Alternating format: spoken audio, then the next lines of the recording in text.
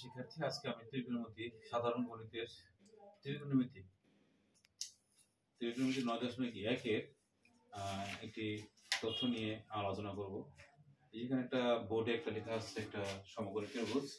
এই সমকোণী ত্রিভুজটির তিনটা বাহু সম্পর্কে আমরা জানবো এবং তিনটি বাহুর মধ্যে যদি একটি বাহুর মান দেওয়া থাকে, দুটি বাহুর মান দেওয়া থাকে, সেক্ষেত্রে অপর বাহুর মান আমরা কিভাবে বের করব এবং এখান থেকে অন্যান্য গাণিতিক সমস্যা, অন্যান্য অঙ্কগুলো আমরা কিভাবে করব সে বিষয়টি আজকে আমরা লক্ষ্য করি। ঠিক আছে, আমরা একটু খাতা কলম নিয়ে বসি। তাহলে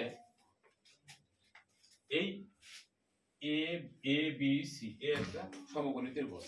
এই ত্রিভুজটা অতিভুজ। অতিভুজ কাকে বলে?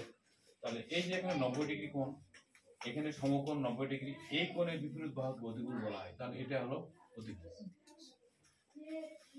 তাহলে অতিভুজ আমরা একটা সমকোণী ত্রিভুজের অতিভুজ কিভাবে চিনব?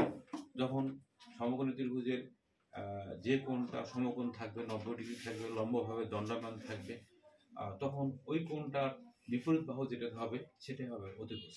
তাহলে অতিভুজ আমরা চিনলাম। এখন এই অঙ্কের ক্ষেত্রে এখানে আমরা জানবো যে কোণ দেওয়া থাকবে, যদি এই কোণ হয় তাহলে এই কোণের সাপেক্ষে এই বিভুজ লম্ব হবে, এটা লম্ব হবে, এটা ভূমি হবে। তাহলে এটা ভূমি বা সন্নিহিত বাহু। লম্ব যেটা লম্ব বলতেছি সেটাকে লম্ব বা বিপরীত বাহু বলা হয়, আর যেটা ভূমি বলছি সেটা হলো সন্নিহিত বাহু। ঠিক আছে, আমরা একটু দেখি। তাহলে এই ত্রিভুজটা এবির মান দেওয়া আছে 3, বিসির মান দেওয়া আছে 4। চিত্র হতে এবি সমান 3 সেন্টিমিটার, 3 বিসি ইকুয়াল 4। তাহলে ত্রিভুজ এবিসি এর পিথাগোরাসের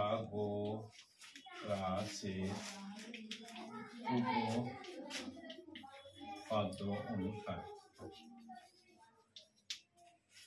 তাহলে এবিসি সমকোণী ত্রিভুজের অপর বাহুর যদি অতিভুজ বা যে কোনো বাহুর মান বের করতে চাই, তার সেক্ষেত্রে আমাকে পিথাগোরাসের সূত্র ফেলতে হয়। পিথাগোরাসের সূত্রটা আমরা এরকম জানি, অতিভুজ স্কয়ার সমান লম্ব স্কয়ার যোগ ভূমি স্কয়ার। ভূমি স্কয়ার দিলেও হবে লম্ব স্কয়ার। এসি ইকুয়াল স্কয়ার যেহেতু আছে এটার জন্য আমি রুট দেব। বিসির মান হলো 4, 4 4 16 উপপাদ্য অনুসারে 3 3 এর উপর স্কয়ার, 4 4 16 যোগ 9 রুট 25 সমান 5। তার অতিভুজের মান পাওয়া গেল 5।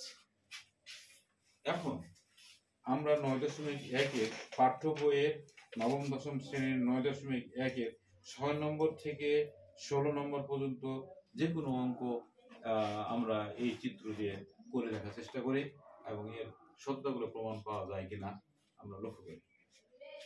ধন্যবাদ বন্ধুরা, আগামী দিনে ক্লাস আলোচনা করব। সবাইকে আসসালামু আলাইকুম।